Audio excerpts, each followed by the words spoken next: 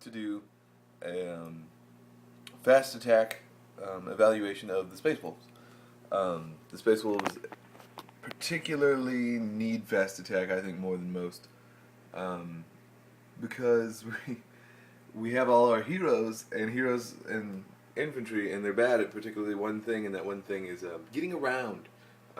If they have land raiders, then the big problem is that it's a lot of points, so you can't be everywhere at once. And if you have a lot of troops, then you're going to be slow as you get there. We don't really have that many transports. We have the Rhino, but my cat wants out. Hang on. Now we have the Rhino, which means that obviously that's awesome. To have a, what is it, like 35-point transport. That's $1 per point, by the way. I don't know if you guys have calculated that math before, but if you purchase a Rhino, you're paying literally $1 per point. Ow! Thanks, GW. So anyway, so the big thing about Space Wolf Fast Attack is, what do you want to get out of it? For example, I don't have a lot of heavy weapons, particularly Space Marine kills. Hey, look, it's me in the background. Hey, me. Anyway, I don't have a lot of particularly long range and whatnot firepower. So I like the Landspeeder Typhoon for my fast attack choice. I usually take two, and I keep them separate for the most part, unless I just want Sky Claws. That's really the only other fast attack I use. The Landspeeder Typhoon to me is the only Landspeeder worth taking, unless you want to deep strike Melta, which is always cool. What I like about the Landspeeder Typhoon is I use mine to sit on each end of the board and then just like pummel my opponent, and it does a good job. It's basically a rocket launcher that can fire 2 rockets per turn. So if you have 2, that's 4 rockets, in which case they're their own Long Fang squad for about the same price, maybe a little bit more expensive, and they're also vehicles, and they can also zoom around the board. So, and they're not taking up a heavy support slot. I do love Long Fangs, and I still use Long Fangs, but it's just an extra one. So then the next thing is Thunderwolves. Thunderwolves are always cool. You can't go wrong with Thunderwolves. Thunderwolves are really straightforward. It's hi, I'm a Thunderwolf, and then just charge, and that's all you need. It's just that. It's not hard. I prefer if I want a Thunderwolf, I just use a Wolf Lord instead of Thunderwolves. The Wolf Lord on a Thunderwolf, so good. Especially if you kit him right. The way I kit, I know this isn't about Wolf Lords, but the way I kit it is Frostblade, and on a Thunderwolf with a Storm Shield and Runic Armor. So that way he's got 2 up armor, 3 up invulnerable. He's strength 6 at initiative 5, and pretty great, crap ton of attacks. What Saga you want to give him is up to you. I usually kit him with Saga the Warriorborn. This guy eats troops for breakfast. There is no real troop in the game unless you're packing Grey Knights, obviously, that he's going to do anything. He's just going to eat them, and that's good.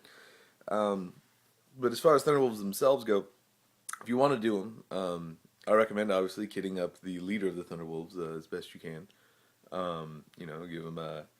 Give him a sword, give him a shield. I recommend giving him all shields, because either give them all shields or give the one in front shields, or just keep them away from last cannons, because that's the real threat is anything that's strength 10, obviously, because that's how you instantly kill them, and anything that's AP 3, obviously, because that's going to cause wounds. Their toughness 5 is going to do well. Ultimately, if you would want all the enemies anti-infantry stuff, like the light anti-infantry shooting at them, they'd take it like a boss. Their toughness 5, so they're going to just run up there and be like, "Lol," and just not care, which is good.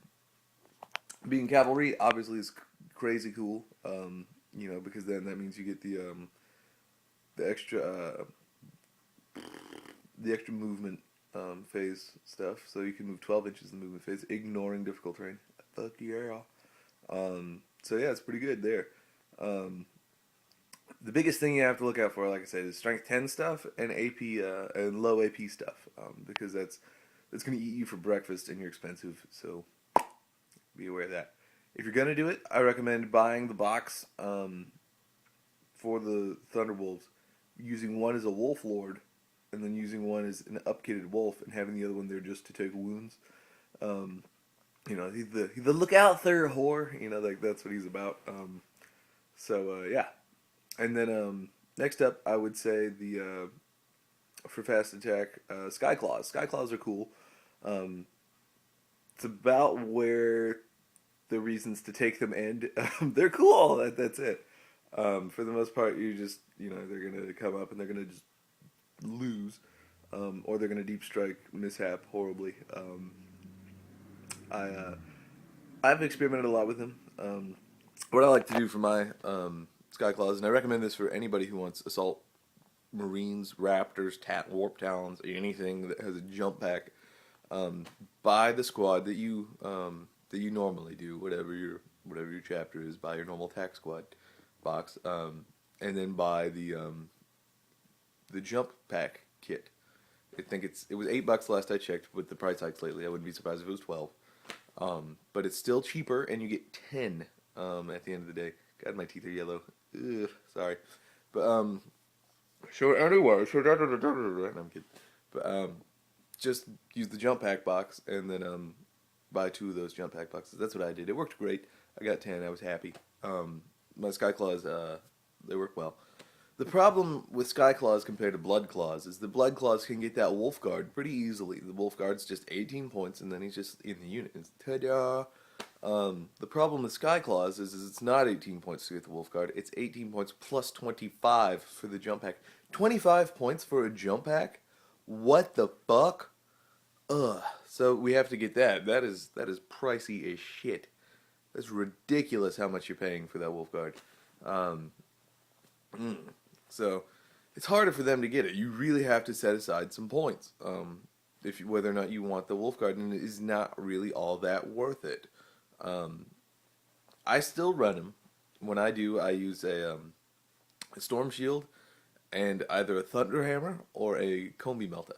And the reason is because the Storm Shield is just, if you're gonna take one, he needs to be alive for the most part. So, and he's gonna be challenged more than likely because where he's going is like the enemy's backfield, where all their big shit is, and they're gonna come up and they're gonna be like, ah! And the fact to have somebody who can challenge them and possibly survive is enormous. So that Wolf Guard alone is worth a shit ton of points. It hurts me deep down to think about it. But anyway, and I also take the Sky Claw with the Power Fist when I can, because again, more firepower in the backfield. So the big problem with Sky Claws is that they tend to be like, we're Sky Claw dead. That's all you get.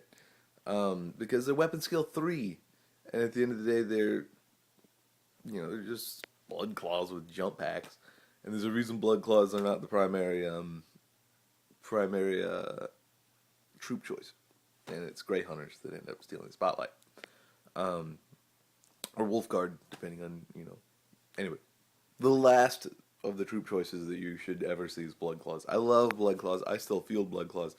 I have a unit of 15 Blood Claws and a unit of 10 Sky Claws. I love Blood Claws, but I'll also be the first to tell you, pretty mediocre. So anyway, so then there's also what else for fast attack? Fenrisian wolves. Fenrisian wolves. Fenrisian wolves. They are awful. And the biggest reason that they're awful, other than the fact that they cost a lot of money for points, they're 6 points each. So when I look at anything that's worth 6 points, 5 points, 3 points, 4 points, I look at an orc and I go, could they kill an orc for their same amount of points? An answer for a Fenrisian wolf is maybe. Which I can dig to an extent. My coffee's finally chilled, by the way. I hate hot coffee. I do. I don't understand why it's like people like it at like 10 billion degrees.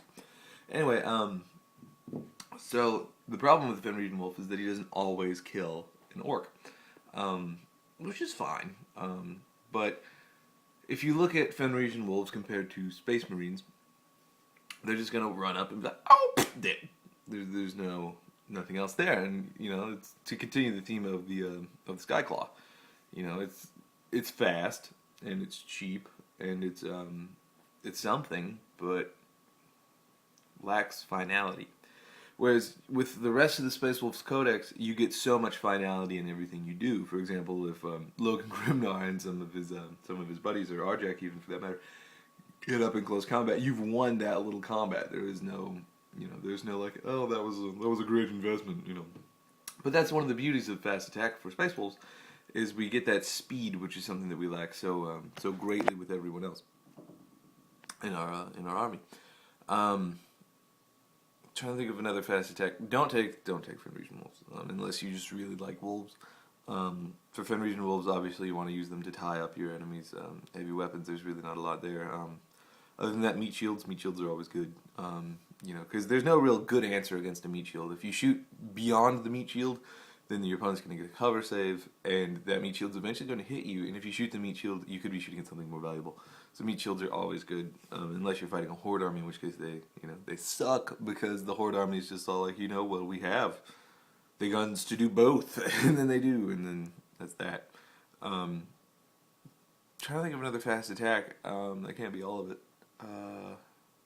See, we got Fenrisian wolves, we got Skyclaws, we got land speeders, we got, oh, there is one more, Swiftclaw bikers. See, bikers are a shooting unit. At the end of the day, they have twin-linked bolt guns, which is awesome.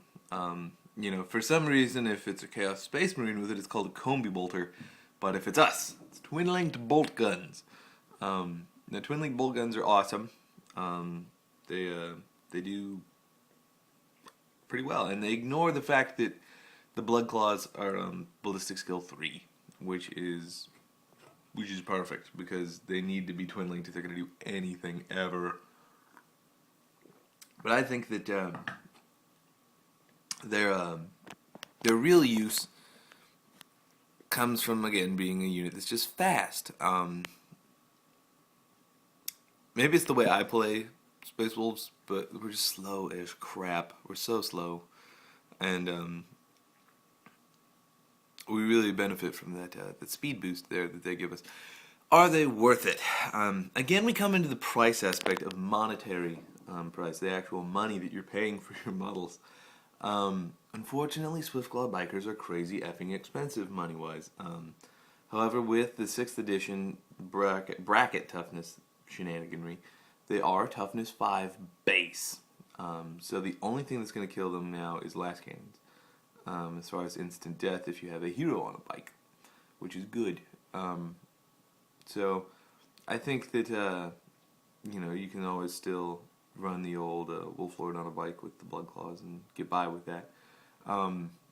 But again, we run into, if they want a Wolf Guard, it's crazy effing expensive to get a Wolf Guard in there, because you're paying for the Wolf Guard and then you're paying for the bike, which is more than the Wolf Guard. So makes me mad that we have to go through all these hoops. I think we should just, if we want an effing sergeant, we should just have a sergeant, And it's not one of those things where, like, with the infantry squads, when they get Wolf Guard, you can switch your Wolf Guard around. You can be all like, well, now my Wolf Guard with the plasma gun, he's going to go with the, or combi plasma, he's going to go with the guys in the drop pod, whereas last time he was with the squad that was in the Rhino.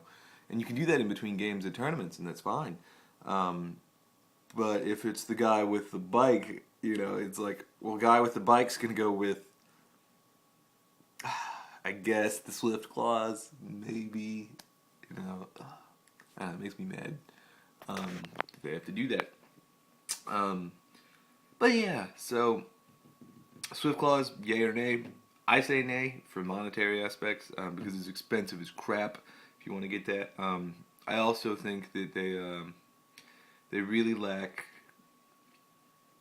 the firepower at ballistic skill 3 to really warrant it, whereas the other Space Marines, they can get by with their ballistic skill 4. But I don't know. I wouldn't personally. I don't like bikes that much. I know there are people out there who like bikes. if I'm going to do a bike army, it's going to be an orc bike army. It's certainly not going to be a space marine bike army. But yeah, I like swift claws at the end of the day. If I had swift claws, I would probably take a small unit and I would just run them in there. If you really, really, really, really, really want swift claws, go out and buy Dark Vengeance. At the very least, buy the Dark Vengeance bikers. Cut off the Ravenwing bits, put on some Space Wolf bits, cut off the Ravenwing heads, put on some Space Wolf heads, and then you can have 3, and then kit them with a melt-a-gun if you can. I think you can. And then just run them in there and then just, blow the crap out of everything. I think that that's a good option, personally. I wish that there had been some veteran, super crazy Space Wolf fast attack thing other than the Thunderwolf Cavalry. I like that we have Thunderwolf Cavalry, and they're our version, I guess, now that I say it, of our super crazy veteran fast attack. Because like Space Marines have, the Vanguard veterans, I believe, are in the fast attack category. I could be completely wrong, but I believe they are. And like the Blood Angels, I know, have some crazy elite fast attack with the jump infantry. And I kind of wish that we did too, but Space Wolves hate jump infantry for some reason. But anyway. So anyway, I think I've rambled enough. We're going on 16 and a half minutes here. So I'm going to go ahead and end it. But if I didn't cover anything, I think I covered all the options. If I didn't, feel free to post in the comments below, and I will try to do a part 2, I guess. If there's anything you felt I needed to expand upon, go ahead and get down there. But anyway, hope I helped a little bit. Anyway, catch y'all next time.